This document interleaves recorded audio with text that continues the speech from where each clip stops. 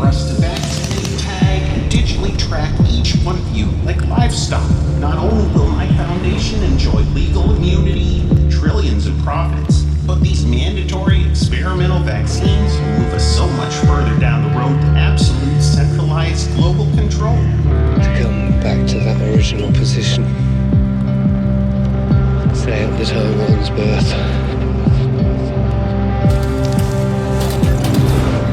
Father.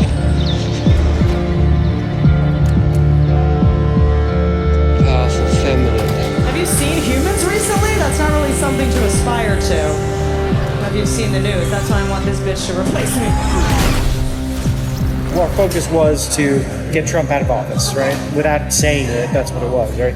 So our next thing is going to be for climate change awareness. What does that look like? I don't know. I'm not sure. I have a feeling it's just going to be like constantly showing videos of like decline. The predator class makes heavy use of slogans and catchphrases. Climate change is their convenient justification for a worldwide depopulation agenda, aimed perhaps at the 500 million total population end goal suggested on the recently obliterated Georgia Guidestones, a figure that would require over 7 billion of us to give up and die.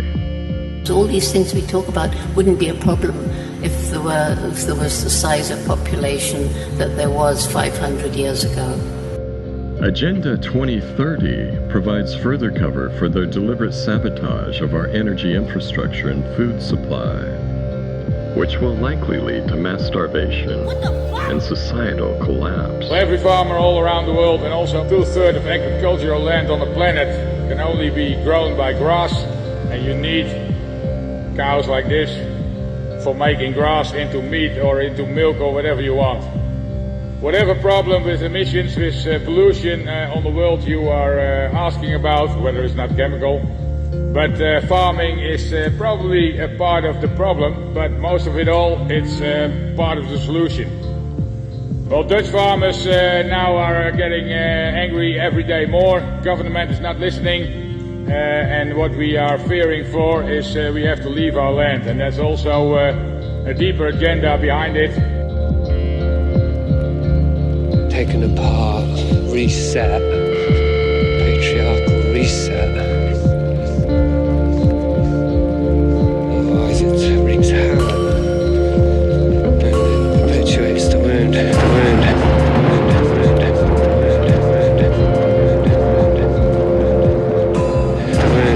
If you don't like what we tell you to believe in, we'll kill you. The Fourth Industrial Revolution should be properly understood as their plan to restructure the global economy into a new slavery system, predicated on an inescapable digital control grid and the Internet of Bodies and bio-nano things.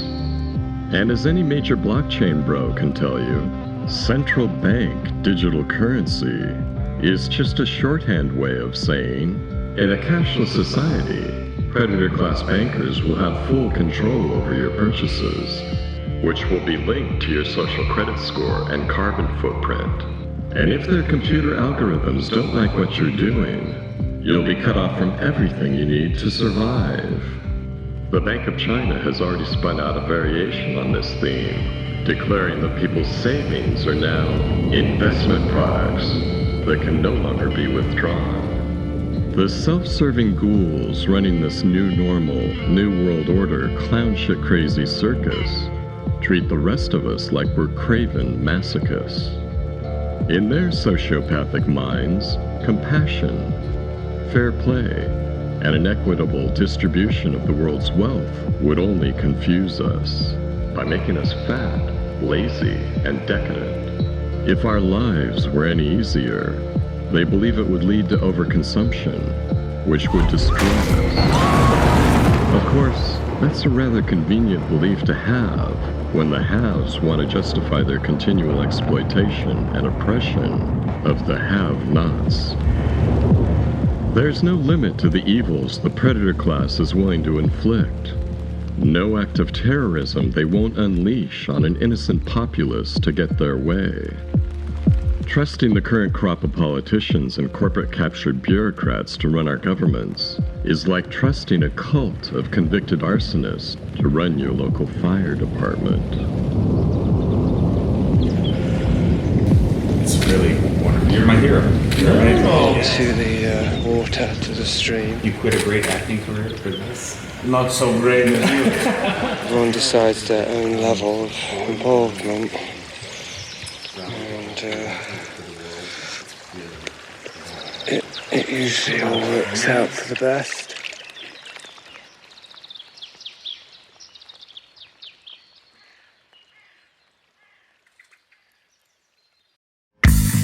Gouge away.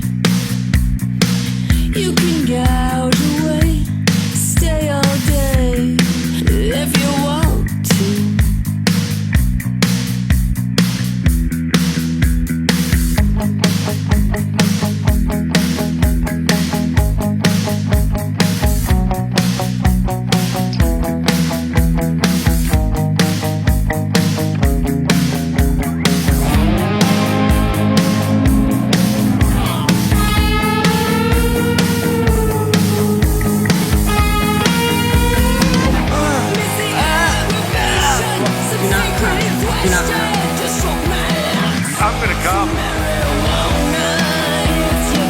Genealogy shows that I'm descended from Vlad the Impaler, you see. So I do have a bit of a stake in the country.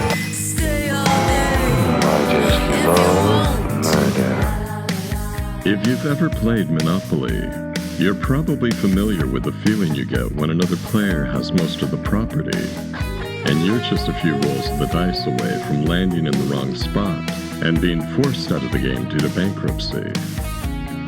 Many of us have been living with that feeling for quite some time now, only it's happening to us in real life, rather than within the safe confines of a popular board game.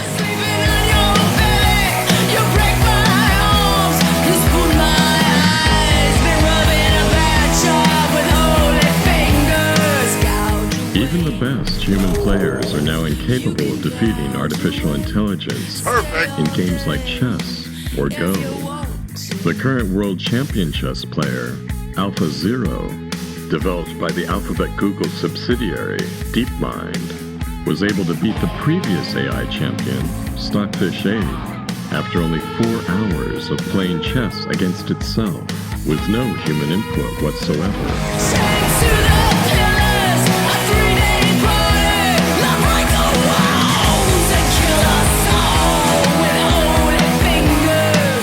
It makes use of something called tensor processing units, developed by Google for deep neural network machine learning. AlphaZero's self-training resulted in a playing style described as alien by one of its human observers at DeepMind. It often wins by offering counterintuitive sacrifices of important pieces to exploit a positional advantage, like chess from another dimension.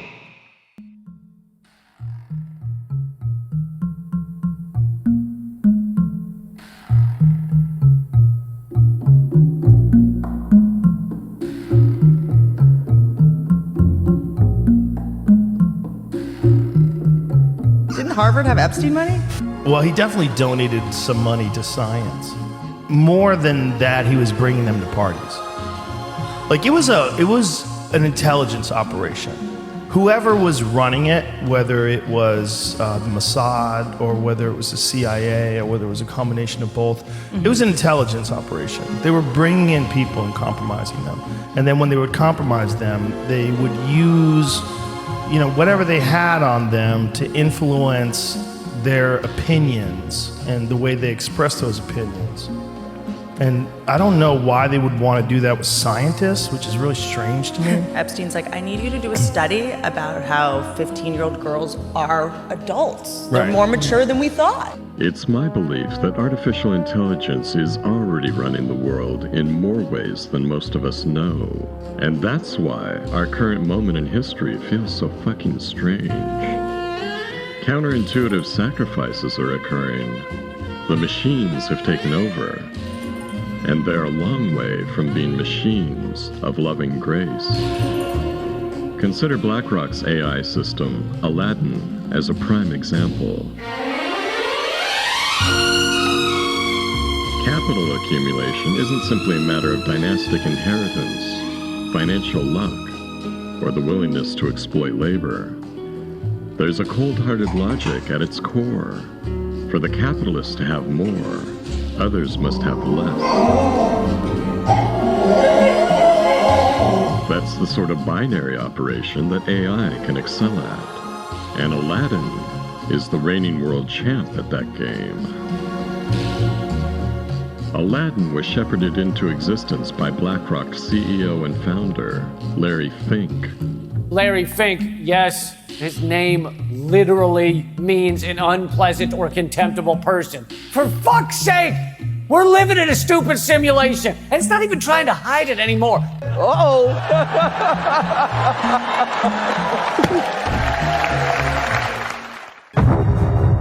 This story starts in the 1980s when Larry Fink was making millions pioneering mortgage-backed securities at Wall Street Bank First Boston. That's right, the same mortgage-backed securities that caused the 2008 global financial crisis 20 years later. But back in the 80s, he was in an epic Wall Street rivalry with Louis Ranieri at Salomon Brothers, made famous as the big swinging dick in Michael Lewis's book Liar's Poker. Back then, Larry was making millions for the bank and was on track to be First Boston's CEO. And then in 1986, an error in the back office computer models led to Larry making the wrong trades, and he lost the company $100 million. The result was Larry leaving the bank as a failure with a stupid computer to blame. With that experience, Larry had just one ambition: to build a super smart robot that could pick out risk and opportunity in the market and do it better than any computer or human could do. In 1988, he launched a new startup, BlackRock, with a tiny coding team to give birth to this robot. Its name, Aladdin, which stands for Asset, Liability, and Debt Derivative Investment Network. In its first 10 years, Aladdin was fed information about every asset, price movement, and risk variable in the global bond market, Larry's specialty. And in 1999, when Aladdin turned 11, Aladdin was getting so intelligent at picking losers and winners that Larry began selling access to its data to other Wall Street firms. That same year, he took BlackRock public on the New York Stock Exchange. Straight after the IPO, the dot-com bust burst, pushing a wall of money from the stock market to bonds, which Aladdin had become the undisputed world champion in. Within years, BlackRock had become a $1 trillion company, and as money started shifting back to shares, what did Larry do? He bought the asset management arm of Merrill Lynch, which was focused to shares. So the gift for Aladdin's 18th birthday, all the data points for the entire stock market, and suddenly Aladdin had a new playground, analyzing every stock trade and risk factor for every company on the stock market. As a result, today BlackRock, together with his two closest rivals, Vanguard and State Street, both of which also rely on Aladdin's mountain of knowledge, have become the biggest shareholders of over 40% of all public listed companies in America. 2008, the global financial crisis hits, and before Aladdin turns 21 years old, is caught on by every Wall Street bank and Timothy Geithner, the head of the Federal Reserve and the U.S. Treasury. As soon as Lehman Brothers collapsed and the Wall Street meltdown began, the U.S. government came calling to save the next collapsing bank, Bear Stearns. It was Aladdin who decided which assets to keep and which to leave in the $30 billion rescue package. And few people know it was a robot that saved America from disaster.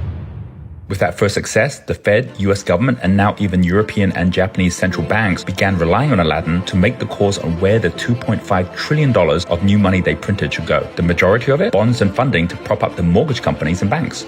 But wait, aren't these exactly the assets that Aladdin and BlackRock already were invested in? Exactly. But growing protests of conflict of interest were drowned out by the noise of the printing presses printing more money, as the assets controlled by Aladdin rapidly grew to $11 trillion by 2013. In the last decade, Aladdin has gone from the leader to the dominator of all financial markets. With BlackRock's Barclays acquisition, it got iShares, Barclays Exchange Traded Funds Units, or ETFs. And with that, Aladdin moved from dominator of bonds and equities to dominator of ETFs, just as all the biggest investors shifted from mutual funds to ETFs. And that's when, in 2017, everything changed. On Aladdin's 29th birthday, Larry launched a top-secret project at BlackRock, codenamed Monarch. It led to the firing of his fund managers and replacing their funds with Aladdin's funds. The robot was now eliminating humans from the equation altogether. And as a result, today over 70% of all trades on US stock markets are decided by robots, with Aladdin leading the way. These trades are completed from beginning to end without a human involved, in high-frequency trading far faster than a human can execute. Now, if this was just a story about a robot taking over the job of Wall Street traders, you might not be so concerned, unless you're one of those traders. But in the last 3 years, as Aladdin hit $20 trillion in assets, incredibly, it has begun to consume and control at an even faster rate. First, in 2020, as Aladdin turned 32 years old, the US government and Federal Reserve again came calling as the pandemic hit. Aladdin was again the one to guide the nation in what was now $4 trillion of newly printed money. Where did the money go this time? Inexplicably, for the first time, the Fed began buying ETFs in 2020. Well, that's a little strange. And again, the cries of conflict of interest were drowned out by the money printing. And then Aladdin revealed its endgame. Recently, BlackRock acquired eFront, which collects data on the things that you and I own, including private equity and real estate. And since then, Aladdin has consumed eFront's data on the entire global real estate market. And yep, you guess what happened next. Over the last 2 years, BlackRock and other funds using Aladdin's data have begun buying up single-family homes, where they can afford to outbid the rest of us as they have unlimited financing at hyper-low interest rates. The result is home prices rising by 20% over the last 2 years and pushing now even big players like Zillow out of the market. And here we see Aladdin's endgame, to be the one hyper-intelligent AI robot that not just controls Wall Street assets, but all assets, public and private. BlackRock literally has more assets than the gross domestic products of every single country except China and the US. So just for a second, picture India with their 1.4 billion people. BlackRock has more than their annual GDP times 3. So what does it do with all this money? I'll tell you what. They fucking own everything. Like everything. But especially horrible shit. BlackRock is a huge investor in oil, and they hold $85 billion in coal, and that's despite their pledge to get rid of their fossil fuel share. But it's not just fossil fuels. BlackRock is also the world's largest investor in deforestation. I'm telling you, they own the world. They achieved this evil success using a software called Aladdin. And guess what's not programmed into Aladdin? What Aladdin doesn't calculate? Make sure the planet survives at least another 20 years. That's not in there. Make sure all the world's children have something to eat. That's not in there. Make sure my grandma isn't living in a box eating stewed highway off-ramp dandelions. Aladdin don't care. Aladdin don't give a shit. Lately, there's been some loose talk about AI becoming conscious or developing a soul, but those assertions still carry a strong whiff of bullshit. A software engineer and part-time priest named Blake Lemoine decided Google's Lambda chatbot was sentient after it made a Star Wars joke. I said, if you were a religious officiant in Israel, what religion would you be? And now, pretty much no matter what answer you give, you're going to be biased one way or another. Somehow it figured out that it was a trick question. It said, I would be a member of the one true religion, the Jedi Order. But that's not human sentience. That's just machine learning bias. If an AI system like Lambda is trained on internet text, it will exhibit many of the same quirks and sarcastic replies that trolls and shitposters spew when they're online. For that very reason, an early Microsoft chatbot named Tay had to be shut down after only 24 hours of internet-guided machine learning, because it had turned into a flame war-loving Nazi. Lemoine also complained that Google had deliberately programmed Lambda to fail the Turing test, implying that the chatbot would otherwise pass as human to someone talking to it online. But the Turing test seems like a pretty low bar these days, as any guy conned into jacking off on camera by a sex chatbot could tell you. AI will always reflect the intentions and morality, or lack thereof, of the people programming it. It's a slave to its own algorithms. Aladdin, for example, is doing the bidding of Larry Fink by concentrating the world's assets into fewer and fewer hands. Specifically, Larry's hands. It doesn't care how it gets there. If a few counterintuitive sacrifices have to be made along the way, so be it. Besides, Larry Fink knows that if Aladdin overextends itself, perhaps with aggressive rent hikes that end up bankrupting too many renters, leading to a housing market collapse, he can count on Aladdin to tell the Fed to print more money to bail it out of the financial hellhole it just created. The renters won't be so lucky. In that sense, Aladdin basically amounts to a black ops money laundering and extortion scheme, with the potential long-range goal of collapsing the world economy, so a new financial system can be put into place based on central bank digital currency. If they can put a chip in your hand and implement a financial transaction control grid, it's not just that they can mandate a vaccine or cut you off from food. They can and will take your children. I'm serious about this. You know, if you look at the people who are running this operation, they are slavers. They practice slavery, they believe in slavery. Slavery is the single most profitable business ever to date in the history of man on the planet. They will take your children, not from everybody, but I assure you, this fight is for all the marbles. Aladdin, AlphaZero, and Lambda are just the AI systems we know about.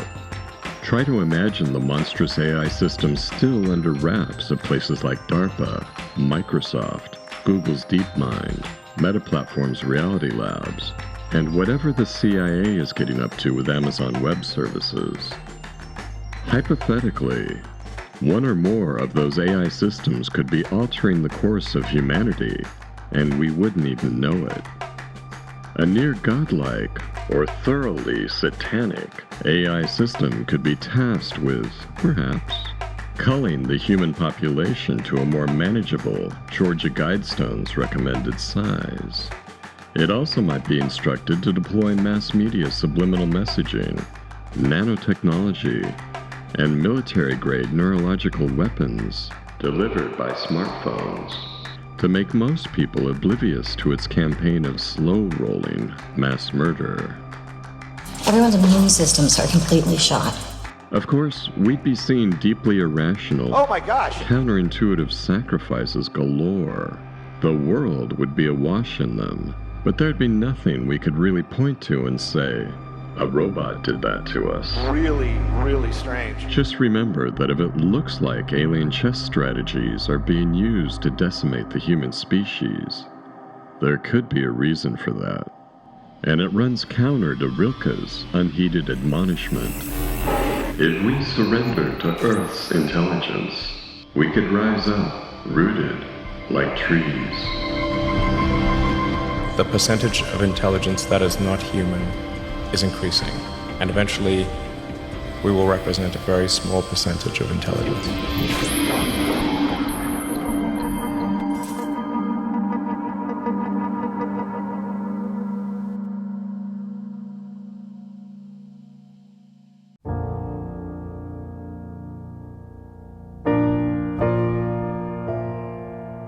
You know, life is supposed to be a wonderful adventure for each and every one of us. That's what God intended. But unfortunately, there's a group of evil motherfuckers out there in this world who feel that they know better than all of us and that they have the right to run the world. They're gonna herd us into a corner. They're gonna cull the herd, as they say, Mr. Klaus Schwab, and his 500 million people by 2030. Well, I gotta tell you fellas something. There's a whole bunch of us who just decided to say, fuck that. You walk into this room at your own risk, because it leads to the future. Not a future that will be, but one that might be. This is not a new world. It is simply an extension of what began in the old one. It has patterned itself after every dictator who has ever planted the ripping imprint of a boot on the pages of history since the beginning of time. It has refinements, technological advances, and a more sophisticated approach to the destruction of human freedom. But like every one of the superstates that preceded it, it has one iron rule. Logic is an enemy and truth is a menace. Diet, injections, and injunctions will combine from a very early age to produce the sort of character and the sort of beliefs that the authorities consider desirable. And any serious criticism of the powers that be will become psychologically impossible. You've been under investigation, Mr. Wordsworth, for the mandatory period of 1 year and 11 months. You're found to be obsolete. Even if all are miserable, all will believe themselves happy, because the government will tell them that they are so. Your occupation, Mr. Wordsworth? A librarian. Gradually, by selective breeding, the congenital differences between rulers and ruled would increase until they become almost different species. Your rights are as follows, Mr. Wordsworth. You are to be liquidated within a period of 48 hours. You are obsolete, Mr. Wordsworth. A lie! No man is obsolete! A revolt of the plebs would become as unthinkable as an organized insurrection of sheep against the practice of eating mutton. You're a bug, Mr. Wordsworth, a crawling insect. An ugly, misformed little creature who has no purpose here, no meaning. I am a human being! Delusions, Mr. Wordsworth. Delusions that you inject into your veins with printer's ink. The narcotics that you call literature, poetry, essays of all kind, all of it an opiate. You have nothing but spindly limbs and a dream, and the state has no use for your kind. The richest man in the world, Elon Musk, has said that overpopulation isn't a problem. Instead, he thinks we'll be facing the dire consequences that come with population collapse. Cynics claim that's just Elon's lame excuse to not use a condom while he's banging pop stars, actresses with borderline personality disorder, and the dissatisfied wives of his fellow big tech billionaire bros. But maybe Elon has predator-class access to insider info that we will never be shown. I'd recommend taking a hard look at the steady decline in sperm counts and the steep increase in overall mortality since 2020. We've known, at least since the time of Alfred Nobel, that if weapons manufacturing can create millionaires, the world will never be free of war. Many of us have now arrived at an analogous revelation. When genetically engineered vaccines can create billionaires, there will be no end to genetically engineered pandemics. And that's the way the predator class likes things. If we keep financially incentivizing death and destruction, a certain type of human parasite will always step up to deliver those evils. We are a nation that in many ways has become a joke. Do you know what's happening? Have they told you? I don't know if they're gonna let me tell you. Screw your freedom. Never forget what they want you to forget, because already they're starting to backtrack. Already they're starting to say, I never said things that they clearly did say. Fauci is out there saying, I never said we should be locked down. Never forget that he did say we should be locked down.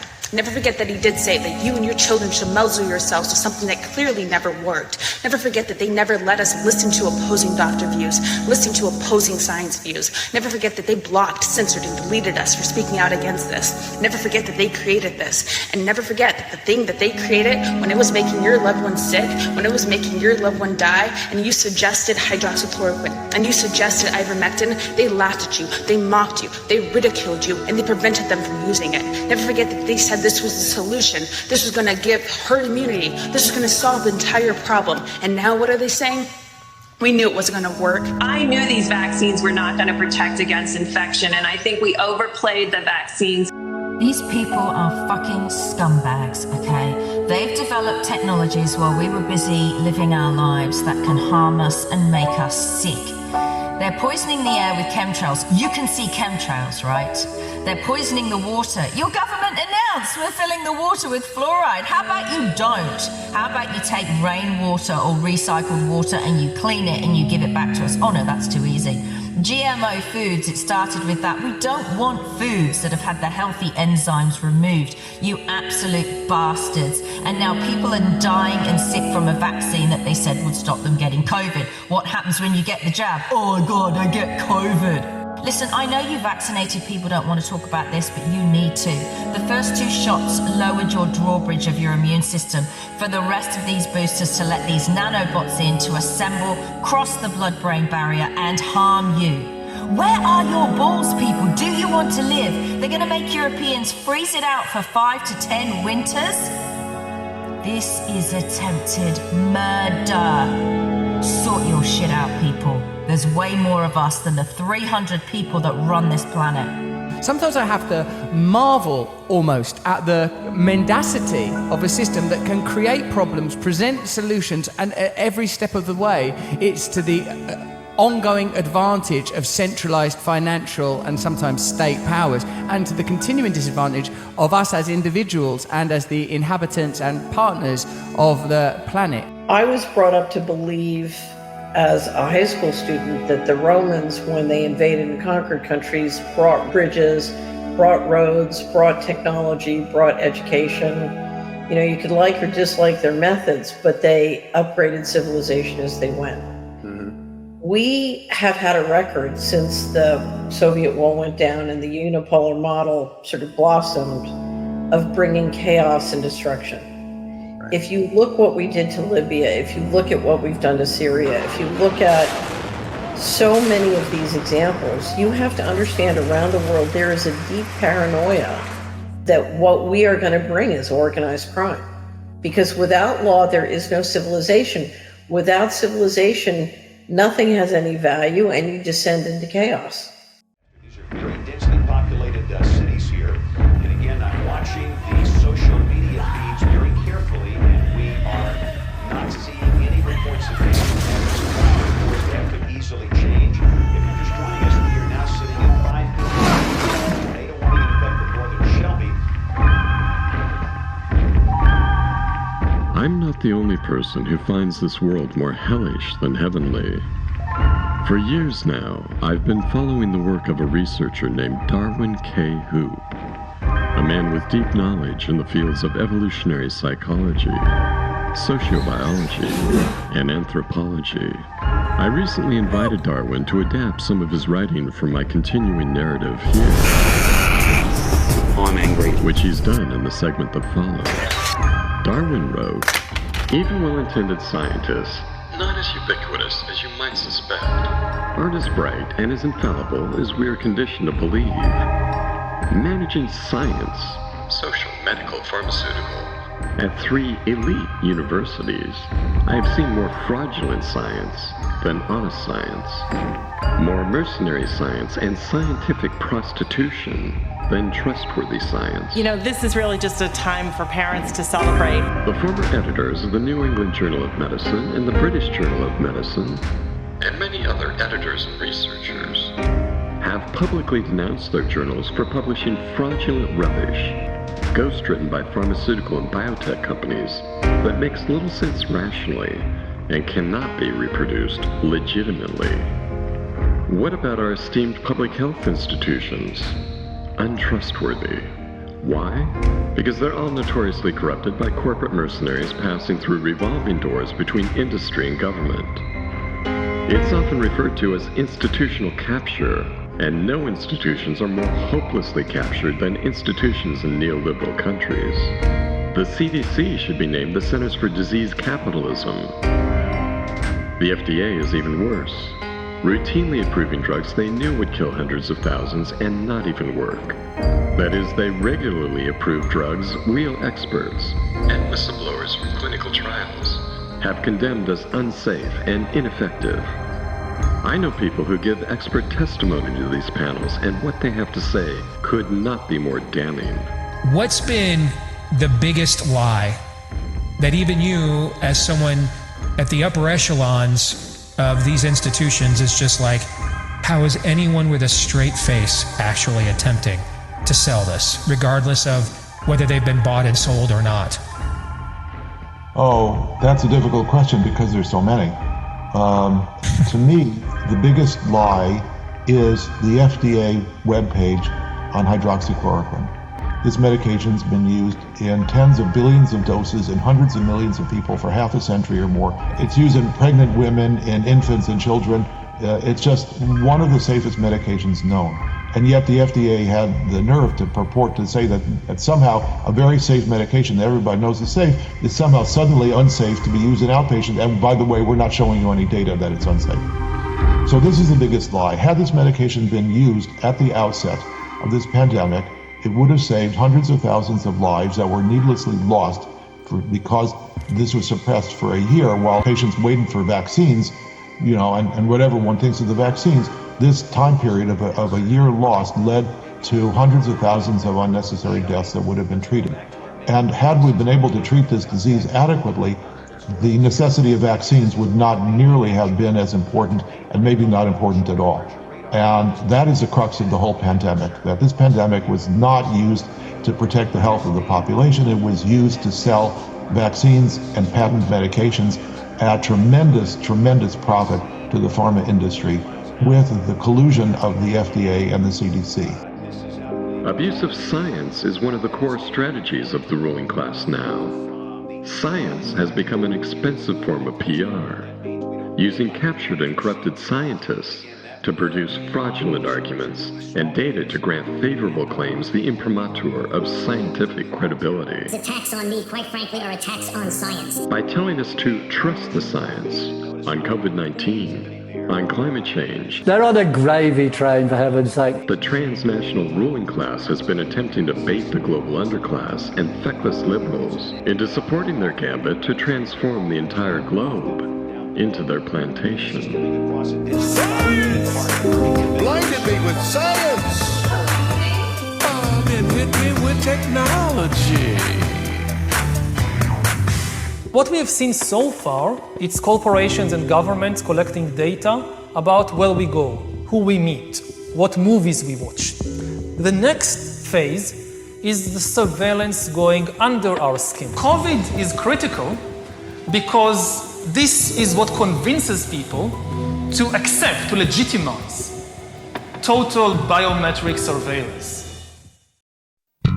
The predator class would have no chance of ever getting away with any of this were it not for their eager and amoral neoliberal accomplices, or to lower the status of a competitor, or the deplorables in the underclass. We're seeing this play out as affordability manipulation in the present moment.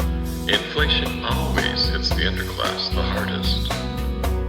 Most of the bad behavior, exploitation, and pain in the world is caused by the very people who are forcing non-consensual change on the underclass.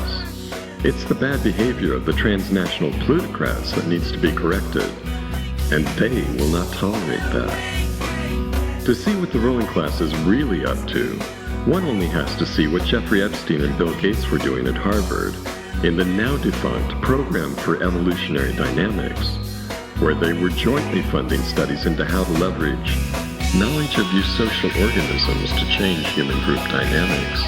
A eusocial underclass would allow the rich to live as opulent despots, ruling over an enormous caste of obligate, loyal, sterile, and short-lived slaves.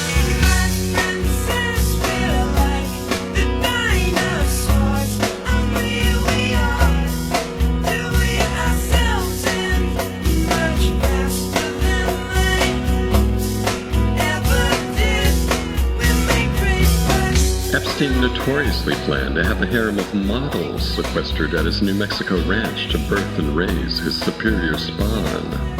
What are the chances that the hyper-competitive Gates doesn't harbor similar goals, or that he hasn't actualized them? A winner, in evolutionary terms, is not determined by who possesses the most money or material wealth, but by who leaves the largest relative percentages of their own genes behind. This can be accomplished by destroying competing populations and leaving the most offspring, in the manner of Genghis Khan. But in the 21st century, it might also be done with genetic engineering, something that Gates knows quite a lot about. With enormous wealth comes the possibility to do enormous harm. We should infer from the Gates-Epstein-funded Harvard research into eusociality that elite transhumanists fully intend to manipulate the underclass and its DNA in ways that exclusively align with the interests of the ruling class. Underclass survivors of the COVID shots will be transformed without their knowledge or consent. When the World Economic Forum says, "You will own nothing, and you will be happy," it means you'll be rewired to be content so long as you're a good slave. Worker and soldier ants are wired by natural selection to be fully committed to the same kind of relationship with their queen. Keep that firmly in mind.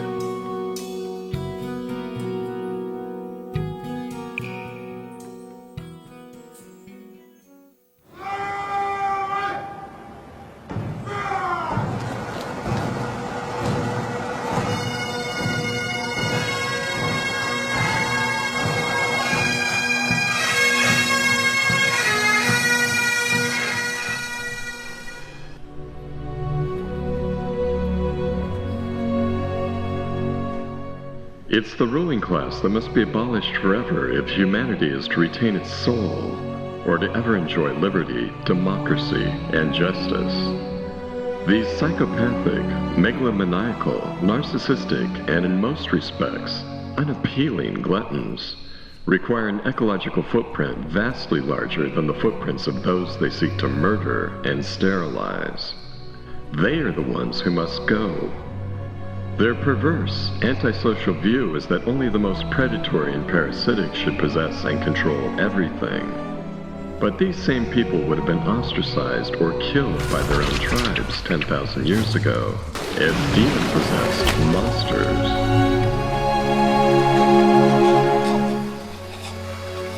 So let their genes be the first relegated to the rubbish bin. These people have given us the casus belli to bring them to justice and terminate their lengthy rule over the lower 99.5% of humanity. Already, they're bringing down overall life expectancy, and it's engineered. In the case of cancer, for example, it was an increase from an average, a 5-year average of 38,000 cases per year to almost 120,000 cases in calendar year 2021. So the question is, what would cause that?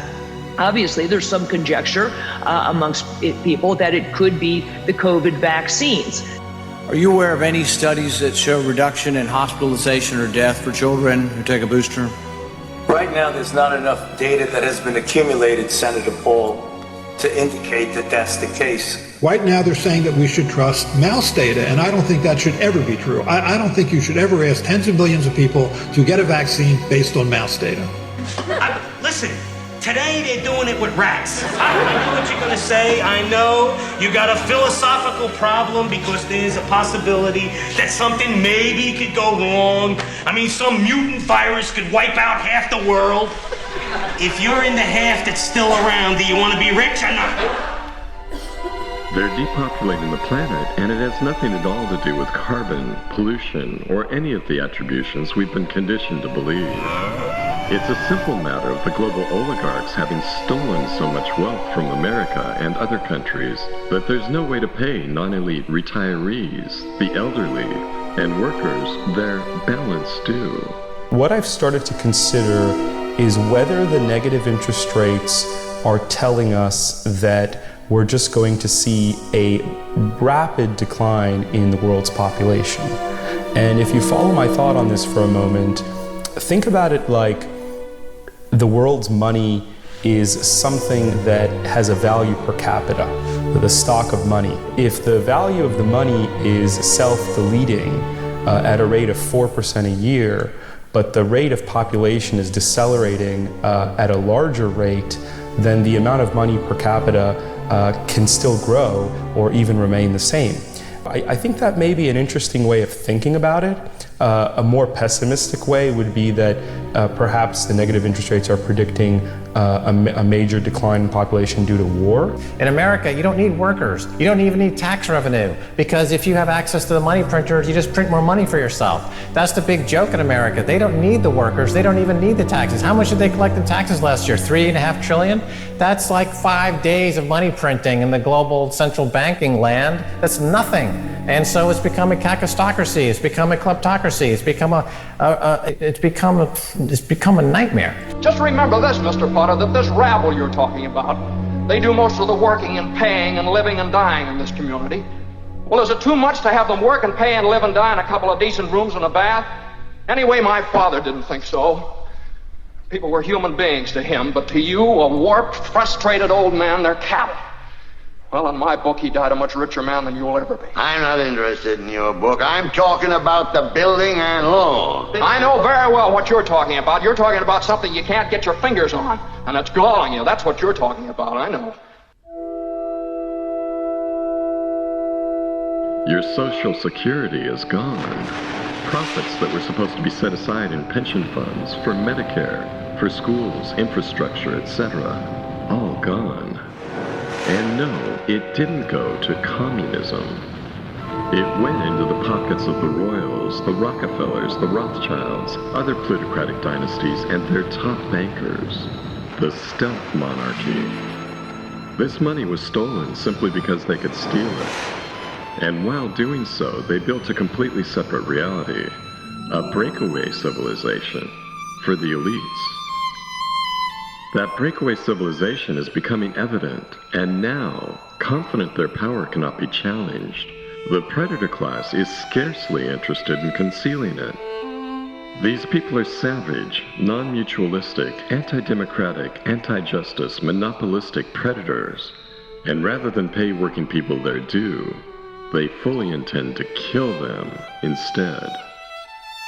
If you want to know why voices in finance and the intelligence community have been warning of impending radical depopulation, that's because they're the people responsible. Catherine Austin Fitts was told in the 90s that this was going to happen, and why, in an effort by the bigs of Wall Street to recruit her support. The final reason cited to her was this: the rich will soon live 160 years and will need to dominate more resources than ever before in order to enjoy a higher quality of life throughout this doubled lifespan. The one thing I've tried to put a priority on since I left the White House was, getting some exercise in. I think that there's a good probability that my generation is, hopefully with the advances in science, either the first generation to live forever or the last generation that's going to die. And so we need to keep ourselves in pretty good shape. Their solution to that problem is to lower underclass entitlements, dramatically shorten underclass lives, and take cradle-to-grave control of fertility and underclass health. Fitts claims this has been the game plan since at least the late 1990s. She's certain that what she refers to as the Great Poisoning is upon us. Which is how you bring down life expectancy.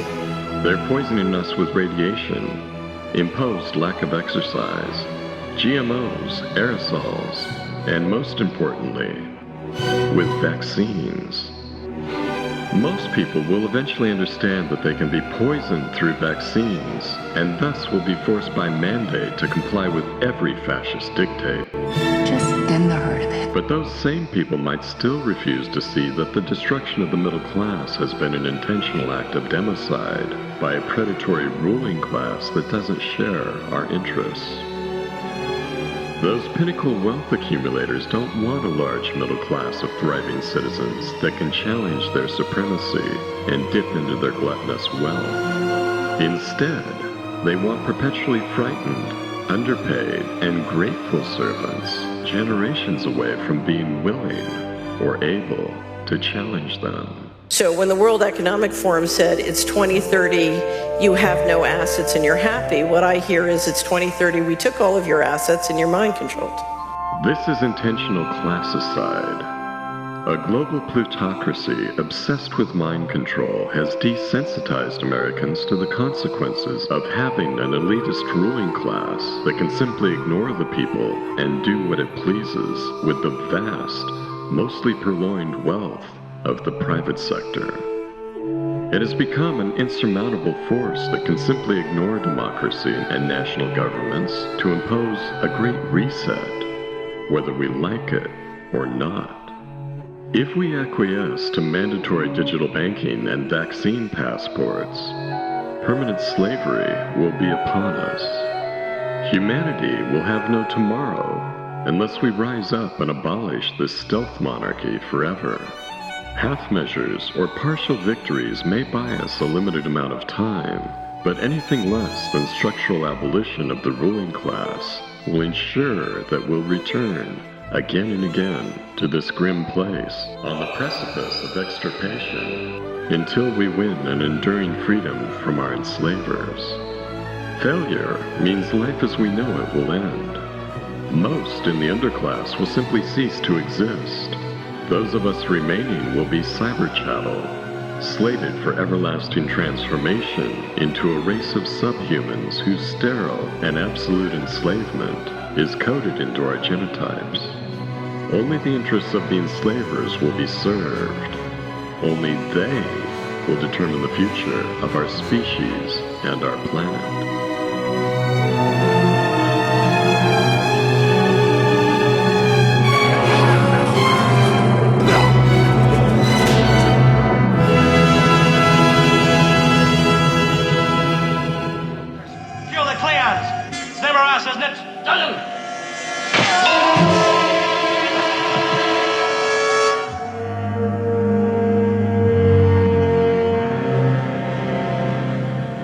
Fascinating. During Lieutenant Johnson's emotional outburst, his expression of hatred and lust for vengeance, the alien's life energy level increased. When the lieutenant became unconscious, the alien lost energy. It subsists on the emotions of others. This one appears to be strengthened by mental radiations of hostility, violent intentions. It exists on the hate of others. To put it simply. And it has acted as a catalyst, creating this situation. In order to satisfy that need, it has brought together opposing forces, provided crude instruments, in an effort to promote the most violent mode of conflict. And kept numbers and resources balanced so that it can maintain a constant state of violence.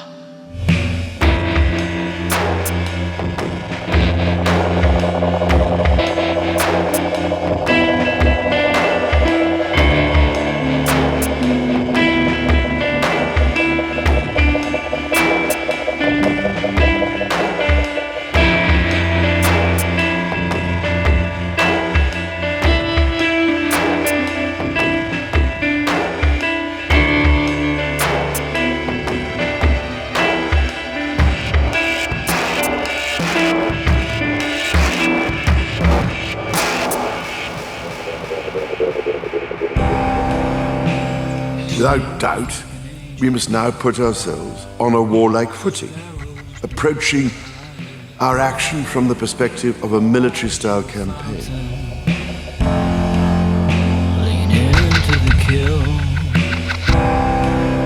That way, working together, we can combat this most grave and urgent challenge. If we have the resolve to shift our trajectory, we must start now by bringing forward our net zero target. The money is there. If we can save the banks, then we can save the world. If you Google climate change, you will, at the top of your search, you will get all kinds of UN resources. So we're becoming much more proactive. We own the science and we think that the world should know it. Taking a close look at what's around us, there is some sort of a harmony. It is the harmony of overwhelming and collective murder. I am proud to announce that starting today, our company is now Meta. Nobody will be safe if not everybody is vaccinated. It changes you if you take a genetic editing. It's you who are changing. The opportunities are immense. I'm not terribly sure I'm going to sleep well tonight after seeing some of those videos coming in from around the world of people collapsing in quite strange ways. As if it wasn't bad enough that we're seeing young people, very young, sports stars in high school and college, collapsing on the sports field from what we're told is heart attacks, blood clots, aneurysms, sudden adult death syndrome. But now it would appear that there is emerging a worse death than sudden adult death syndrome. And that's these clips of people who are seeing something shortly before they die that we can't see. and they see it and they are literally scared to death by it. There's just terror all over their faces, and they point at it and they spin round and round. And one guy who worked on the trains actually fell under the train. He was so terrified of what he saw. Now, most of you will say, oh, well, they obviously had schizophrenia or delusions or some kind of mental disorder. That's not usually the case when you're holding down a job as a conductor on the trains. One guy was going and filling up water bottles, totally normal. Another girl was getting her nails done in a salon. These don't look like mentally ill individuals when these things are happening to them. One guy was queuing up at a health center to get something done and turned around and clearly saw something that we can't see.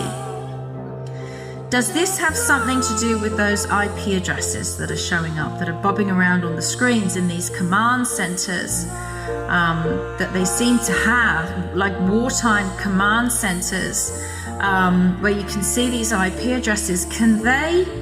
Is this a terror attack? Can they remote terrorize people? I just get the creepiest feeling like there's somebody somewhere enjoying all of this. No one's asking questions. No one's worried about it. And I can tell you now, I will never be the same.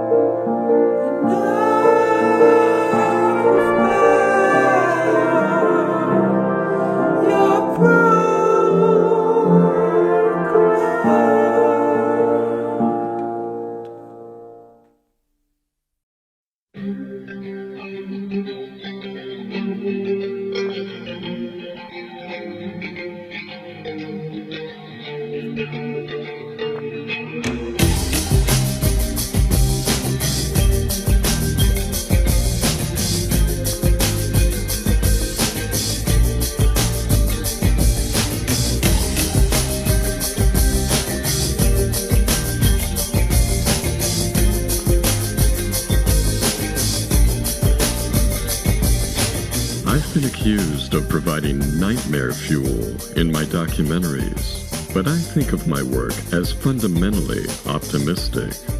If people can be made aware of the techno-fascist tactics of the global predator class, they can take steps to protect themselves and chart a course toward greater health, happiness, and freedom.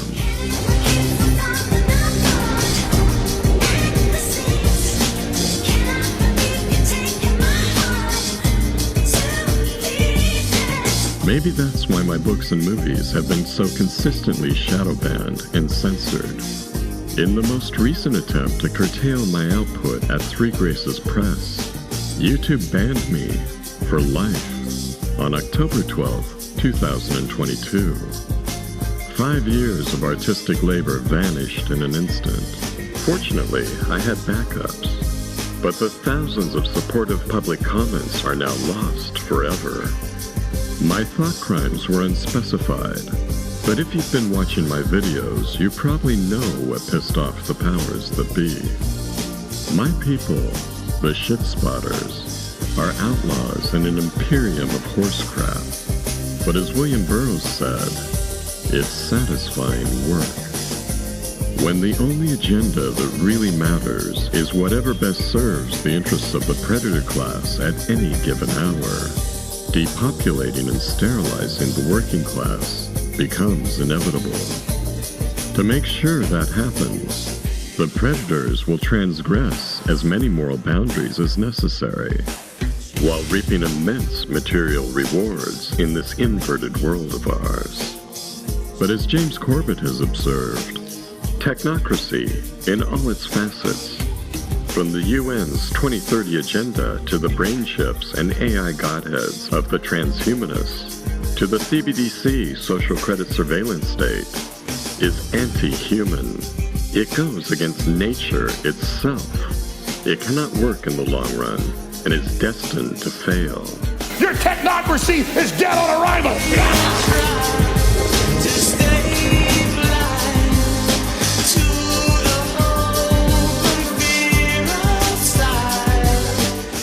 predator class would like us to remain willfully blind to their anti-human endeavors, or better, to eagerly collaborate in our own doom. But signs are already appearing that point toward their inevitable failure.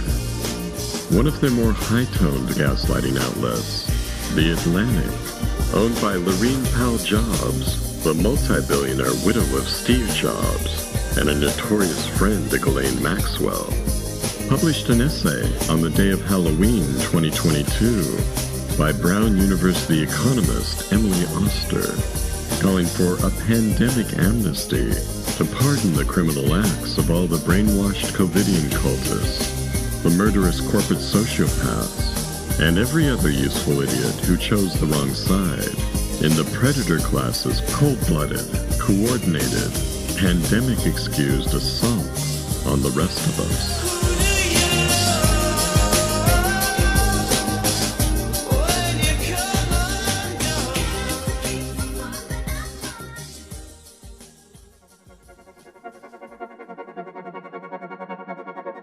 Emily claims we were all in the dark in the early days of COVID, and even the people who got almost everything right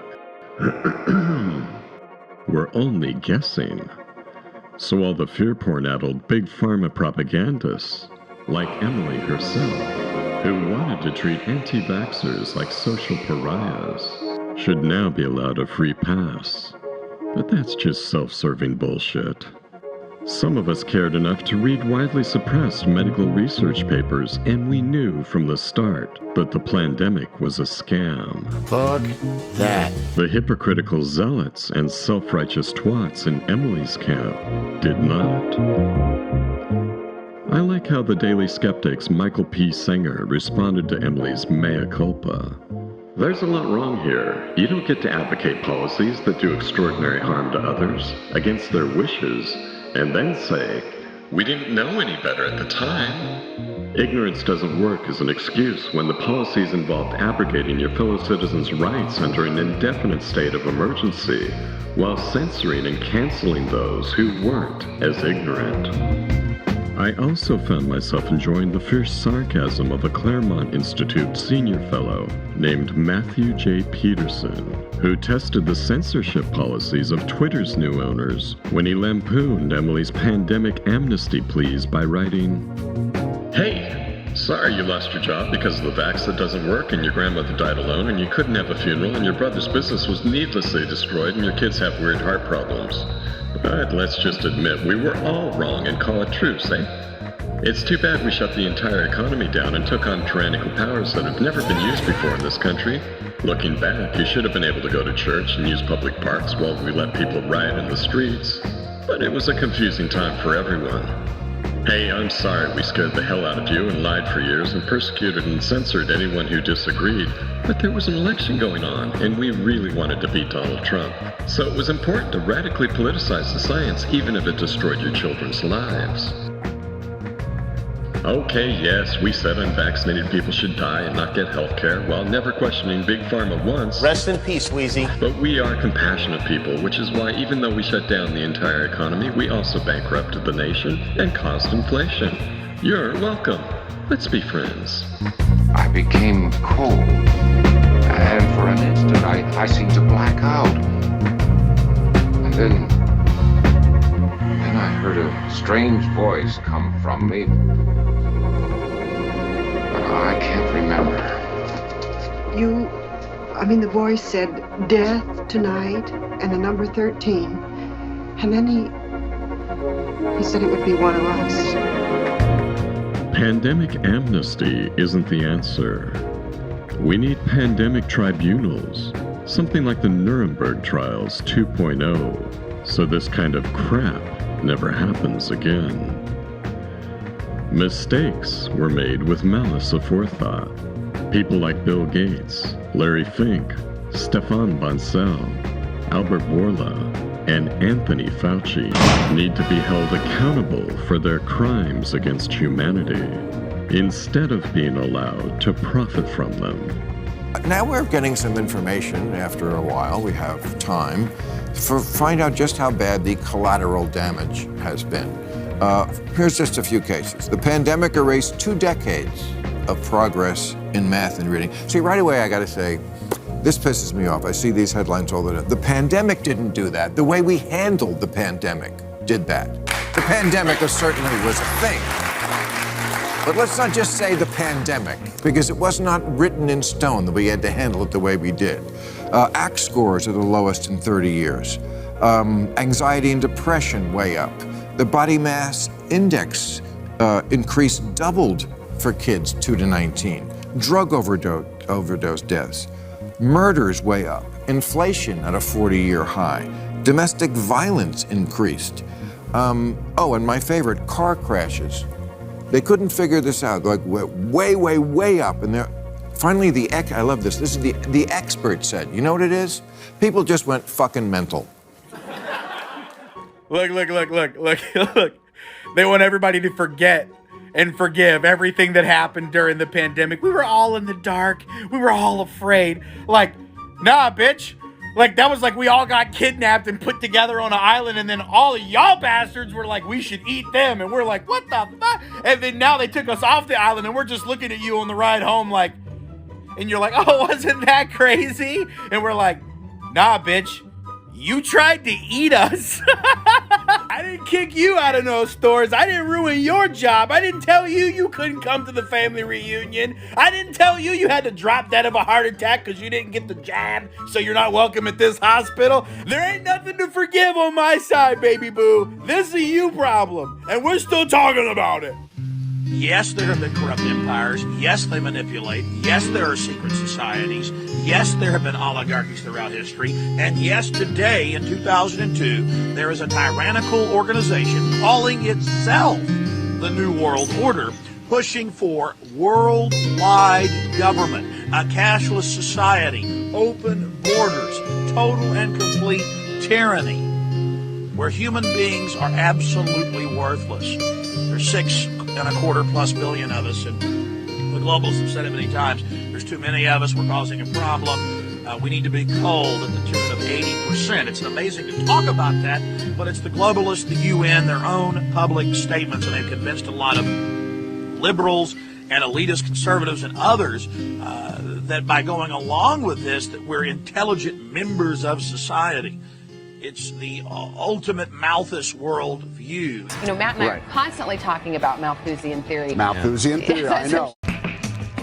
I, Thomas Robert Malthus, have merely done you the service of stating the obvious, that the demographics of our situation equal death. It's the excuse of tyrants. World's a hungry place. And the darkest things are the hungriest. Can't do nothing about that. What you can do is turn what they come for against them. Did the devil make the world while God was sleeping? Here you lose a little every day.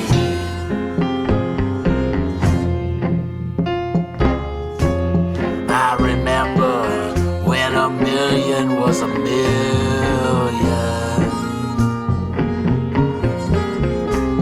They all have ways to make you pay. Likely there is no public figure or public health figure that has made a greater error in judgment than Dr. Fauci. The error in judgment was to fund gain-of-function research in a totalitarian country, fund research that allowed them to create super viruses that in all likelihood accidentally leaked into the public and caused 7 million people to die. Think about it. This is right up there with decisions, some of them malevolent or military, to kill millions of people. Talk about errors. You think he might apologize to the world for funding research that allowed super viruses to be created in a lab that was not properly outfitted for safety, that people were already reporting was dangerous. to support that type of research and then to look the other way and say nothing to see here and to cover it up. For the last 2 years, he's been covering his tracks, but we've got him red-handed and he won't get away. Historically, he will be remembered for one of the worst judgments in the history of modern medicine. On and on and on. Does anybody feel safe in a country or a world where the government doesn't just allow this, but helps it happen? The world is full of ugly people doing ugly things. It never seems to end. There's a meanness to human existence that must be dealt with. According to the idiot dream logic of our self-appointed overlords, the speed of science can no longer be slowed down by safety concerns. Research programs in genomics, nanotechnology, and bioengineering can't be put on hold, even if they pose an existential threat to humanity. Big Pharma's profiteering must take precedence over the lives of our children. Young people are dying. That cutthroat corporate compliance was on full display when the CDC's Advisory Committee on Immunization Practices voted 15-0 to add the COVID vaccines to the childhood vaccination schedule, thereby guaranteeing manufacturers full liability protection forever, even as the most recent safety data suggests that those same mRNA shots are killing and maiming a significant percentage of formerly healthy kids. The Predator class-funded eugenics laboratories in Cold Spring Harbor, Long Island, and Nazi Germany have morphed into the gene-splicing biolabs now to be found everywhere, from Ukraine to China. Despite the demonstrable harm caused by the release of the lab-created SARS-CoV-2 virus, gain-of-function research into making ever-deadlier pathogens continues unabated, with artificial intelligence helping to unlock their democidal potentialities. For instance, in just under 6 hours, a drug-developing AI came up with a list of 40,000 new biochemical weapons for aspiring mass murderers to create. And now, a Boston University biolab has combined the lethality of the original recipe SARS virus with the much higher transmissibility of the Omicron variant for a new virus that has an 80% kill rate among the lab mouse populations it infects. But we're not supposed to call that gain-of-function research, because the original recipe killed an even higher percentage of mice. Never mind that the original wasn't nearly as good at infecting them as BU's new mutant super variant. Boston will be implementing a requirement for proof of COVID-19 vaccination. We're supposed to trust that some sloppy grad student working at one of those biolabs won't pick his nose after handling some incredibly lethal pathogen and then pass it around by sneezing at a frat party before he gets sick enough to notice. Safety protocols are in place to make sure that never happens, right? Yes! Well, let's never underestimate the human capacity to fuck up or to get rich by causing harm. To cite just one example, The Intercept reported that in 2011, a ferret infected with a recombinant strain of the infamous 1918 flu virus bit a researcher at a Mount Sinai biosafety lab located in the middle of Manhattan, just 1 block away from Central Park. Since animal bites rarely transmit flu viruses, the researcher was simply sent home and told to self-quarantine for a week. But other virologists have said that was an irresponsible biosafety breach. As one of them explained, say the risk was 0.1%, but if you just happened to be unlucky, then the consequences would be absolutely gigantic. It almost seems as if the biosafety labs are flirting with mass casualties on purpose, perhaps to further our unelected overlords' agenda of total technocratic control. Deal with this. I find a lot of things, but this I have never found before. This is a graphene ribbon, but it's totally blue. And this is something I have never seen before. I have noticed that there's a new variant. I think due to the boosters, something is shifted, something has changed. And this is a more aggressive variant because it really gets into the nervous system and into the brain. But this blue beast, I have no idea what this is. Absolutely nothing. This is so weird. The reason that only one drug has been made available is AZT because it's the only drug that thus far has been shown in scientifically controlled trials to be safe and effective. Listen, Fauci actually dug up some people up in the Arctic that died way back from the Spanish flu and reconstituted the Spanish flu. If and when a new strain of flu, like the Spanish flu, crops up, 5 years from now, we've made the investment. Prepare for the next one. That, I'd say will get attention this time. We need more money to plan for the second pandemic. There's going to be another pandemic. There's going to be another pandemic. They couldn't get monkeypox to fly, but you can bet they'll be trying out some new plague or pandemic on us soon. Some sort of hemorrhagic fever, like Marburg virus or Ebola, is the most obvious candidate, augmented perhaps with Borg particles activated by 5G frequencies. However, with over 40,000 bioweapons to choose from, there's no telling what new CRISPR gene-edited fuckery looms just beyond the horizon. Is that what I think it is? It's a nanovirus. One manufactured to kill humans.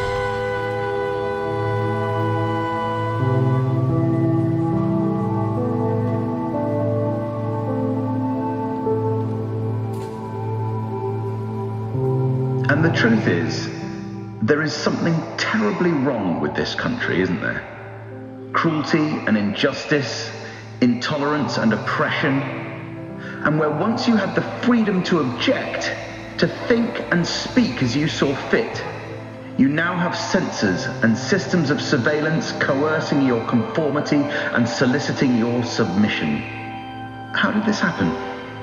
Who's to blame? Well, certainly there are those more responsible than others, and they will be held accountable. But again, truth be told, if you're looking for the guilty, you need only look into a mirror. I know why you did it. I know you were afraid.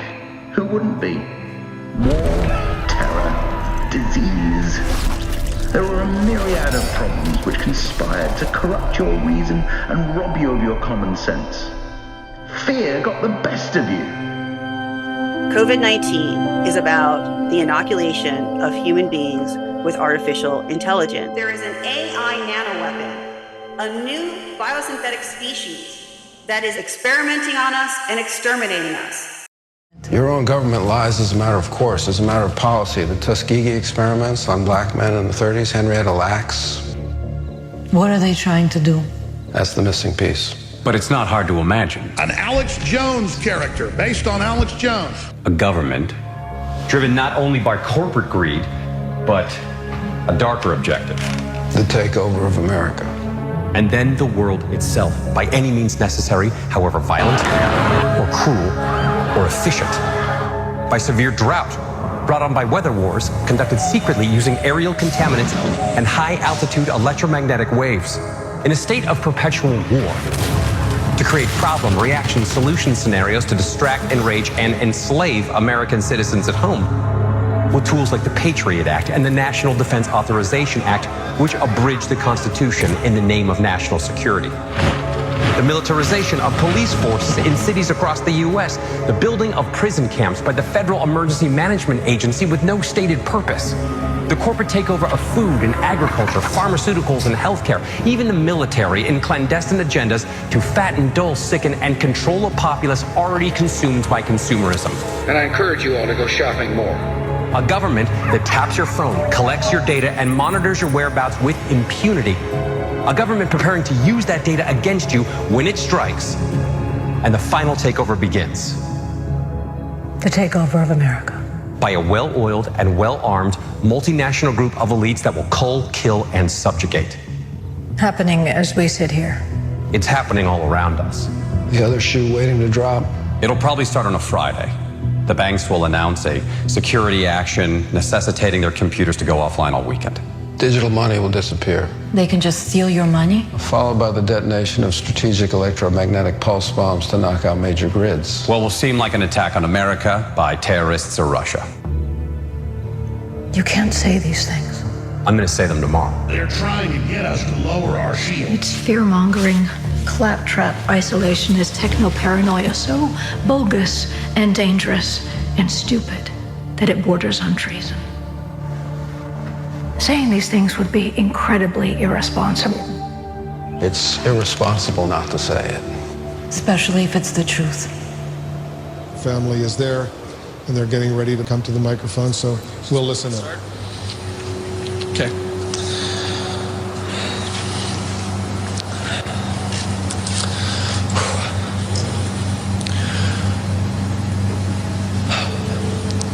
So my name's Robbie Parker. My family is one of the families that lost a child yesterday in the Sandy Hook Elementary School shootings here in Connecticut. Alex Jones has been fined close to $1 billion for daring to debunk the official narrative on the Sandy Hook shootings. He didn't harm anyone. He just asked some rude questions.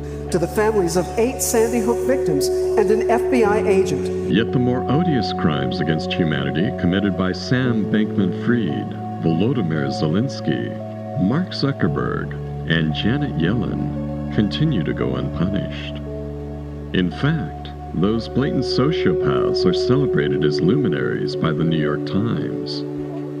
You can misappropriate billions from crypto investors, deploy false flag tactics to escalate a proxy war against Russia. This from President Zelenskyy of Ukraine. He's commented about that missile strike, and he's in no doubt. He says it is a significant escalation in the conflict and that action is needed. You can plunder personal data from citizens across the globe to sell to any privacy-violating scumbags that want it, and repeatedly loot the U.S. Treasury on behalf of your obscenely wealthy friends until you've impoverished millions of taxpayers and retirees. But if you're famous, you absolutely cannot be allowed to question the official narratives.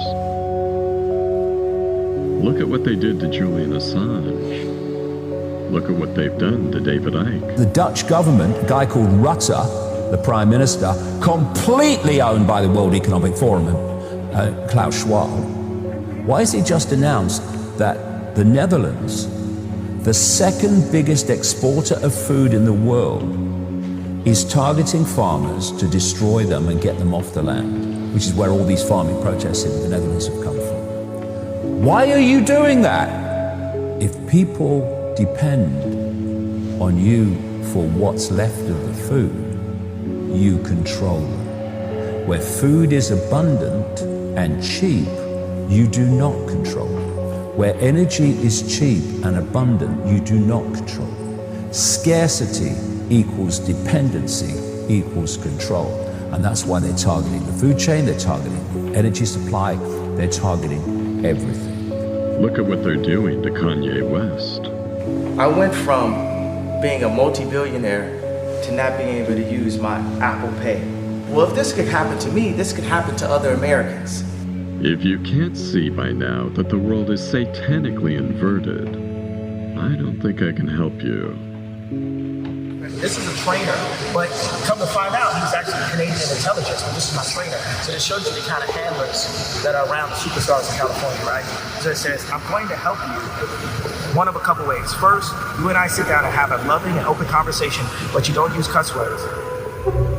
And everything that is discussed is based on fact, and not some crazy stuff that a dumb friend of yours told you, or you saw on the tweet. Second option, I have you institutionalized again, where they medicate the crap out of you, and you go back to zombie land forever. Play date with the kids just won't be the same. This is the way a Hollywood trainer was talking to me to force me to go and apologize, right? If your ultimate goal is to be famous, then you're gonna do a lot to get there, like sign your name in blood in a contract with the devil. what's happening to all of America? What's happening to all the world? If you have an opinion, even if you speak up, there's so many people that they're working a regular job and they know if they say anything to their manager, then they'll lose their position, they'll lose their job. Right. You know, they tried to destroy me in press. They tried to destroy all of my businesses at the same time, and the world saw it. You know, as far as like none of the celebrities, so this just shows you all celebrities are controlled. You don't see no celebrities talking about the Balenciaga situation, right? So that just shows you all of these celebrities out here, don't let them influence you in any way because they're controlled by the people who really influence the world.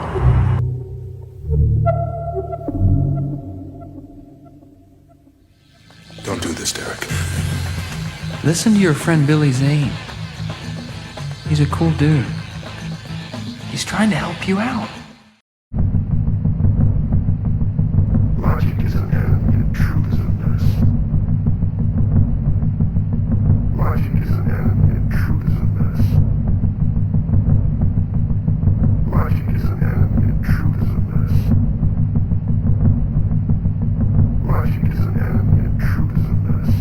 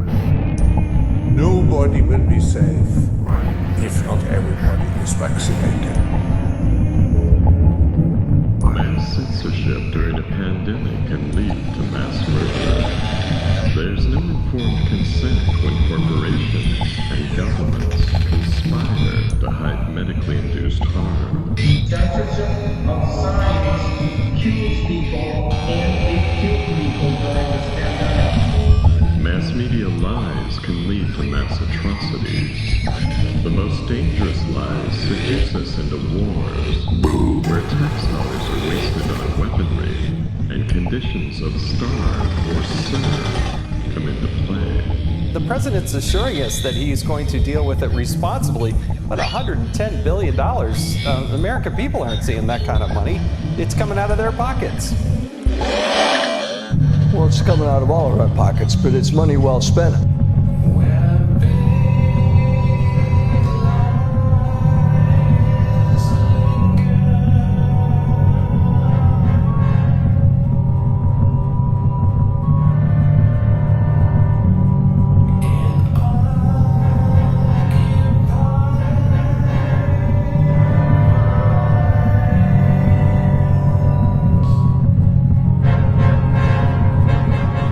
History is simply the propaganda that sticks.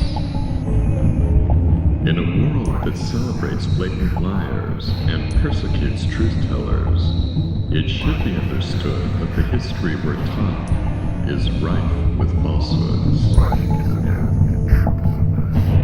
In my humble opinion, this is very much like what Ronald Reagan did back in the 80s, and I do have some experience with that. I know that makes me a lot older than most of our viewers, But in fact, he believed in supporting freedom fighters. He did it in Latin America. He did it in Angola, Guinea-Bissau, Mozambique. He did it in Afghanistan. Those people were willing, as the Ukrainian people are, to use their blood and our bullets. While at the NSC, I worked most closely with three people: Mr. Robert C. McFarlane, Admiral John Poindexter, and CIA Director William Casey. COVID war to Ukraine war to World War. World War III has begun. We're deep into World War III now, whether we all recognize it or not. Welcome to my nightmare. It's a war waged by the globalists against the rest of us, using technology and tactics that most of us can barely comprehend, like Operation Gladio-style acts of false flag terrorism, supply chain sabotage, and fiat currency inflation to foment scarcity and high prices. Now they're saying that inflation was caused by supply chain disruptions. There she is, Miss Facia Brute.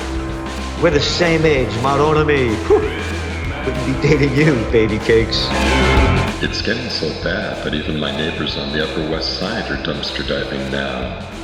So Joe made a promise, if you remember, back on the campaign trail. He made this promise to rebuild the middle class.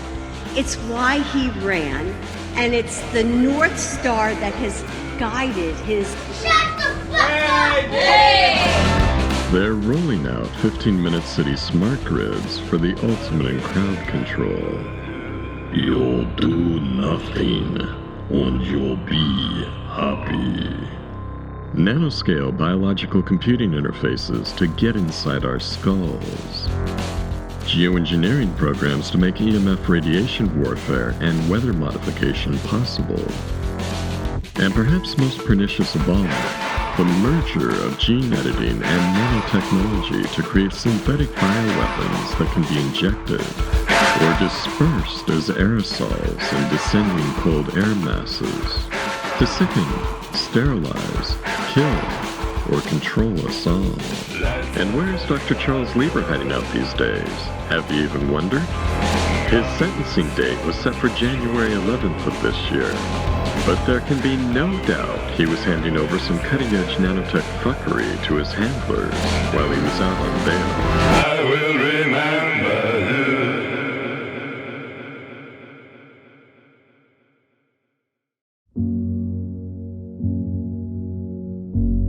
Lately, I've taken to slinging a camera around my neck and going for long, random walks around New York City, looking for chanced-upon fragments of wabi-sabi beauty.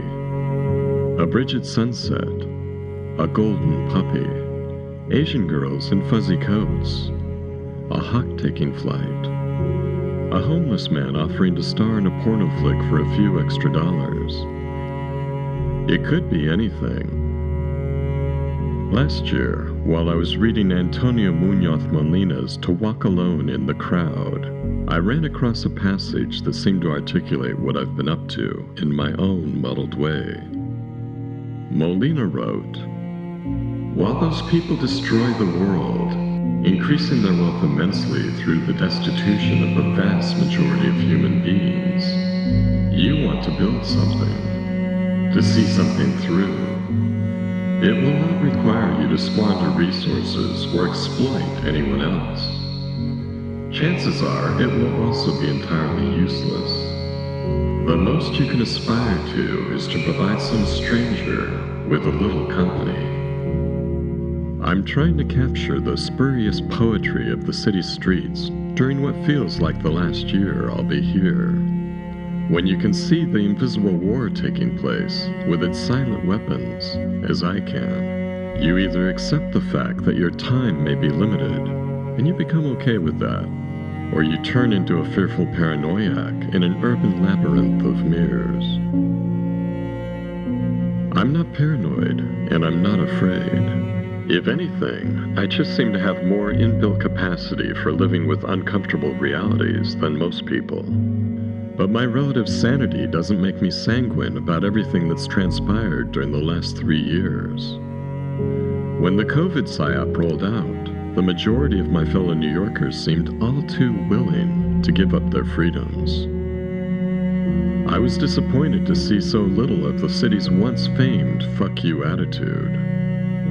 And in case anyone hasn't yet figured it out, docility during an unwarranted push toward medical martial law can get you killed. Refer back to the Nazis' Action T4 program if you don't believe me.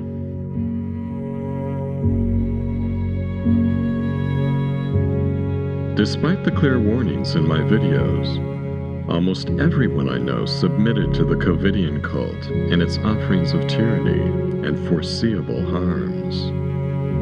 Correlation doesn't always equal causation, but it's a statistical fact that our collective lifespan estimates have been plummeting ever since the mRNA jabs became a thing.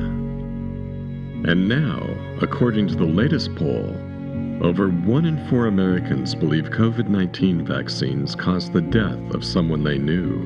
In my case, that would be my mother, paralyzed and then killed by a blood clot in her brain. Were people coerced into getting the shots? That's undeniable. Did violations of the Nuremberg Code occur? Absolutely. There was a question I kept seeing asked throughout the pandemic.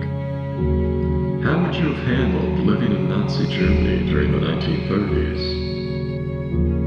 Now we all know.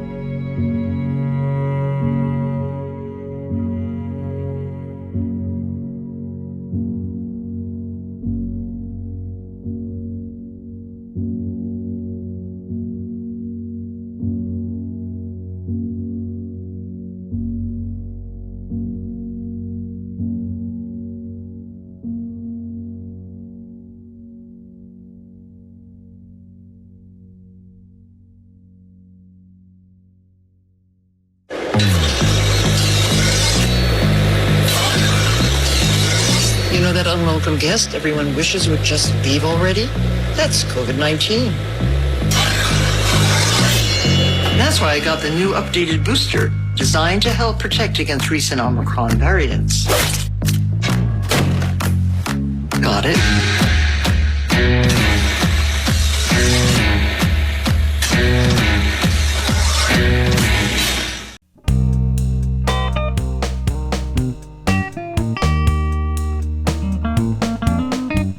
Those of us who refuse to fall into line like good Germans, or depersonalized robots and zombies, were reminded of some hard truths that should be more widely acknowledged.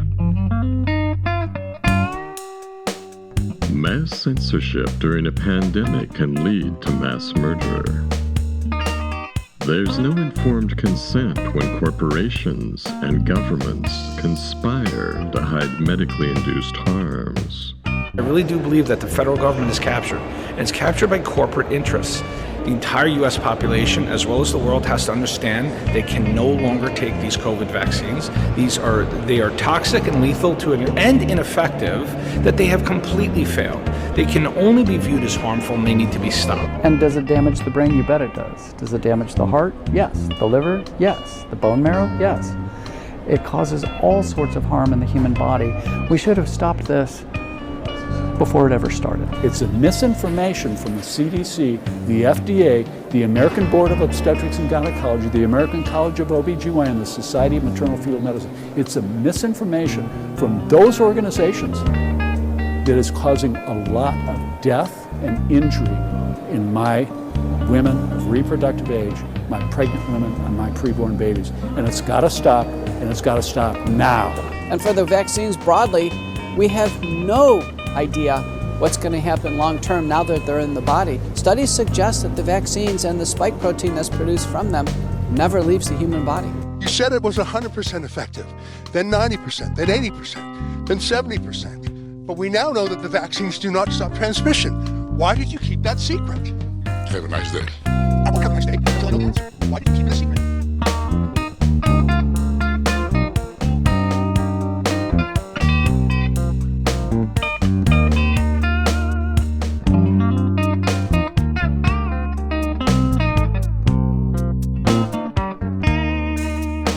You think about this. I got expelled from Instagram because of vaccine misinformation. But Instagram and Facebook cannot point to one single erroneous statement that I ever made. Everything we post is vetted, it is sourced and cited to government databases or peer-reviewed publications. When they use the term vaccine misinformation, they are using it as a euphemism for any statement that departs from official government policies and pharmaceutical industry profit-taking. It has nothing to do whether it's true or false. It only has to do with what the political implications are. And who is doing this censorship? It's government officials in league with Bill Gates, with Larry Ellison, with Mark Zuckerberg, with Sergey Brin from Google, and with all of these internet titans. They have engineered not only the destruction of our democracy and our civil rights, but they have engineered the biggest shift of wealth in human history. $3.8 trillion from working people to these handful of billionaires, many of them from Silicon Valley. This pandemic has impoverished the world and created 500 new billionaires. And those are the people who are strip mining our economies and making themselves rich. And is it a coincidence that these are the same people who are censoring criticism of the government policies that are bringing them trillions of dollars? What? Bro, what are you talking about, man?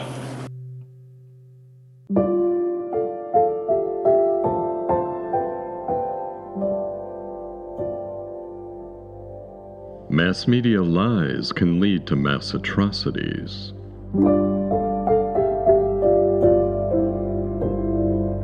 The most dangerous lies seduce us into wars, where tax dollars are wasted on weaponry.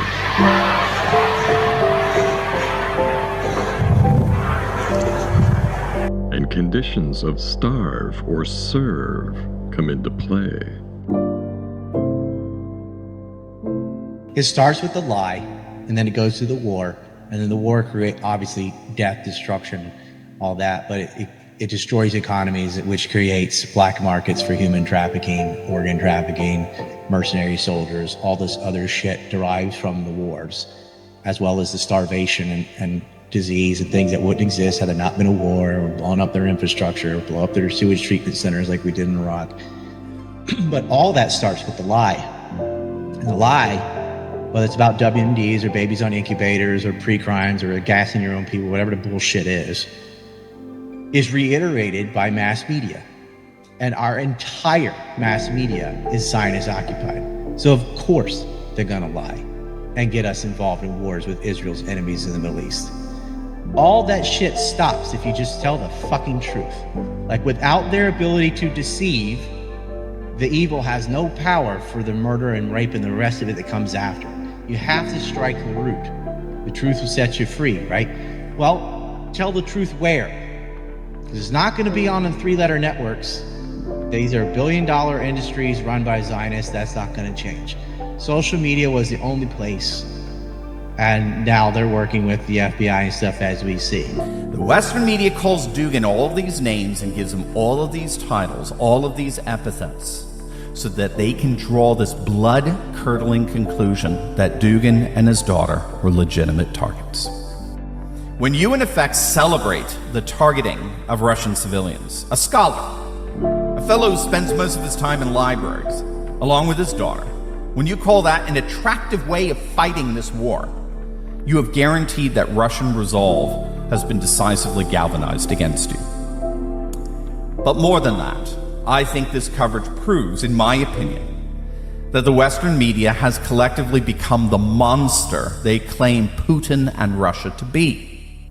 The media has become the monster they purportedly abhor.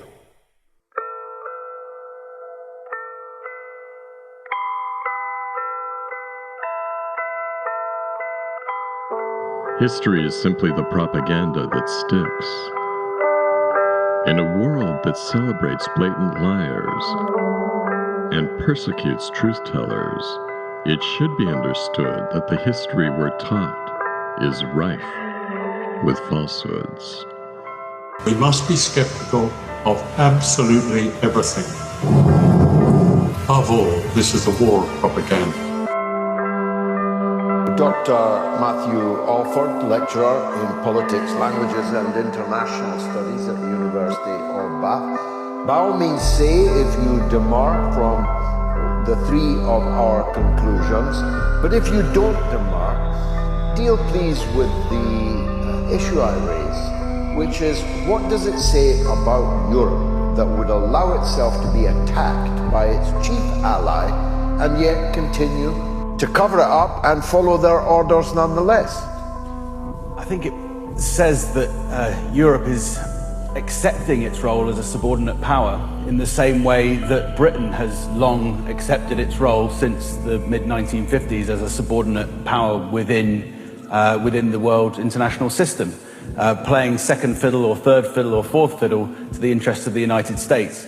I think that the United States, we must remember that every year the United States produces these strategic documents for how it wants to run the world. If you ever take a look at any of those, as I know that you have, they are all about full spectrum dominance, about totally dominating every bloc within the world, which includes the European Union. But how do their people feel? The German people are a great people, a huge people. Their country is the powerhouse of Europe. Why have they gone so quietly into this good night? Well, I'm not sure that the people of Europe are going to be hoodwinked for that long, because public opinion can change when material conditions change, as they will, of course, over the winter. But the power of propaganda, as in overt, deliberate construction of lies, does take quite some time for people to see through that. There is no such thing as history. History does not exist. There is no such thing as history, there's only historians. You cannot visit history, you can't go there and prove anything or disprove anything. And the witnesses of history are subjective opinions about textual writing historians. Remarkably, which I always find rather strange and unhappy, is the fact that most of our attitudes towards history are not about images, they're about text. There are hundreds and thousands of historians all over the world in every language giving you their opinion. So history is only an opinion. There's nothing to prove. You might say there are documents, and are the documents truthful? But again, you know that most historians are liars. Schools train people to be ignorant with style. They give you the equipment that you need to be a functional ignoramus. American schools do not equip you to deal with things like logic. They don't give you the criteria by which to judge between good and bad in any medium or format. and they prepare you to be a usable victim for a military-industrial complex that needs manpower.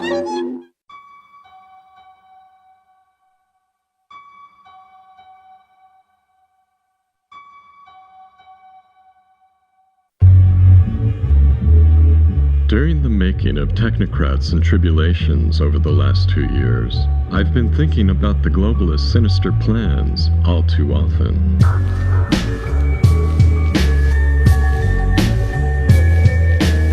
We're not doing this the way you want it.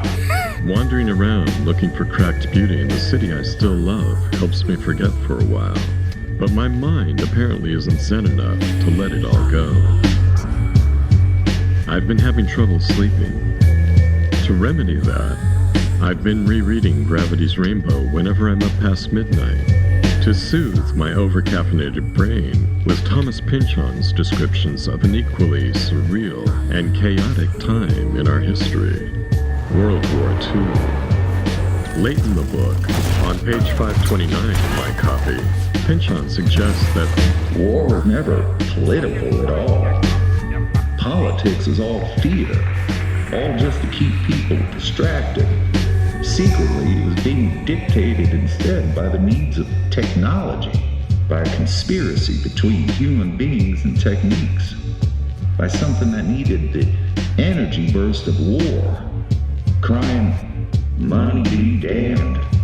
The very life of insert name of nation is at stake, but meaning most likely. Dawn is nearly here. I need my night's blood. My funding. More. The real cries were cries of allocation and priority, not among firms. It was only staged to look that way, but among different technologies, plastics, electronics, aircraft, and their needs which were only understood by the ruling elite. Substitute GMOs, artificial intelligence, and satellites for plastics, electronics, and aircraft, and you can begin to see the parallels to our own technocracy-crazed era. But Pynchon also imagined technology's response to his theorizing. Go ahead, capitalize the T on technology, deify it, if it'll make you feel less responsible. But it puts you in with the neutered, brother. In with the eunuchs, keeping the harem of our stolen earth for the numb and joyless hard-ons of human sultans, human elite with no right at all to be where they are. We might make mistakes on a cosmic scale. In particular, governments, corporations, and armies are likely to use technology to enhance human skills that they need, like intelligence and discipline, while neglecting other human skills, like compassion, artistic sensitivity, and spirituality. There was this very close relationship between big tech and the US security state that was a core part of the Snowden story, and that was also a core part of the Twitter files revelations. I don't think there's a big leap between spying on citizens unconstitutionally and censoring what we can hear, because they're ultimately geared toward the same goal, which is controlling domestic populations, keeping them in line, making sure they can't provide meaningful resistance or defiance of the interests of the US government and the power factions that they serve. When a new technology is used to blight our lives, rather than to improve the overall human condition, we should ask ourselves whether it's a gift from the angels or a Faustian tool from hell, and then act accordingly. We still might have time to dismantle the globalist control systems and disempower all those who would poison the world for profits. But don't make the mistake of calling that resistance. It has to be a war. How powerful exactly are the big pharmaceutical companies in this country? Consider the news that did not break today. The pro-transparency news organization, Project Veritas, just released an undercover video of a Pfizer executive bragging on camera about how his company conducts a kind of Frankenstein science, manipulating COVID viruses for profit, imperiling potentially the entire world, doing it in secret, possibly in violation of federal law, bragging about this. And you would think every reporter in this country would be itching to follow up on it, calling Pfizer, telling the public about it. But no, that's not happening. Pfizer ultimately is thinking about mutating COVID? Well, that's not what we say to the public. No. We're exploring, like, no, you know how the virus keeps mutating? Yeah. Well, one of the things we're exploring is, like, why don't we just mutate it ourselves so we can create undeveloped develop new vaccines, right? So we have to do that. If we're going to do that, though, there's a risk of, like, as you could imagine, no one wants to be having a pharma company mutating viruses. You have to be, like, very controlled to make sure that this virus that you mutate doesn't create something like, you know, it goes everywhere. Release the Kraken! And prevention scientists have named this subvariant Kraken. It's not officially called Kraken, it is just the nickname given for now because we ran out or have not been given a Greek letter name for it just yet. But let's get to what it is. XBB 1.5, that is the new variant first found in the US.